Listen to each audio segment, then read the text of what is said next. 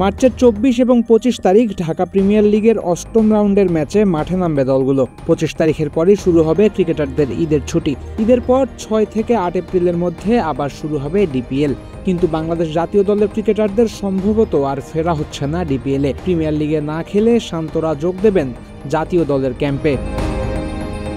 বাংলাদেশের বিপক্ষে 2 ম্যাচের টেস্ট সিরিজ খেলতে এপ্রিলের 15 তারিখ দেশে আসছে জিম্বাবুয়ে।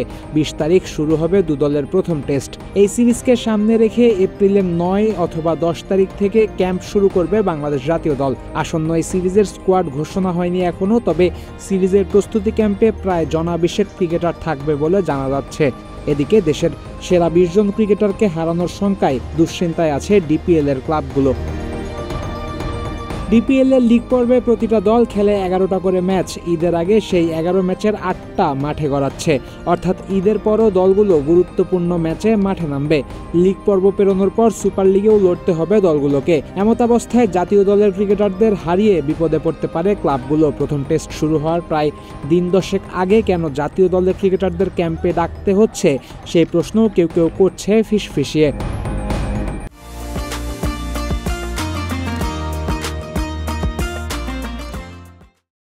এই প্রশ্নের উত্তর অবশ্য প্রস্তুতি আছে। যৌক্তিকভাবেই আবার বেলতলায় যেতে চায় না বিসিবি, তাই এবার সময় থাকতেই শুরু হচ্ছে লাল বলের অনুশীলন ক্যাম্প।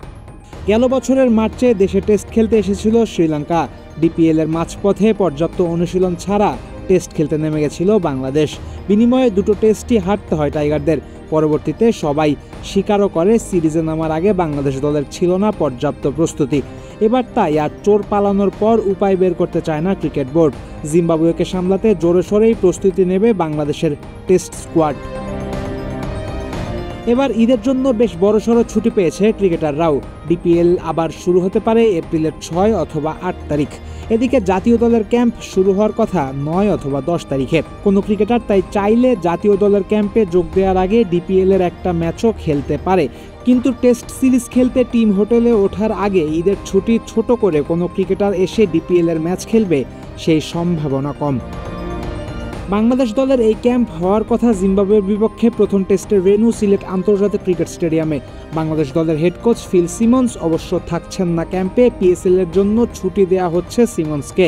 সহকারী কোচ মোহাম্মদ সালাউদ্দিনের নেতৃত্বে শুরু হওয়ার কথা বাংলাদেশ দলের অনুশীলন ক্যাম্প। 2 ম্যাচের এই টেস্ট সিরিজেও বাংলাদেশ দলের প্রধান কোচের দায়িত্ব বর্তাতে পারে সালাউদ্দিনের কাঁধে। ফয়সাল হাবিব, ক্রিক ফ্রেন্ডজি।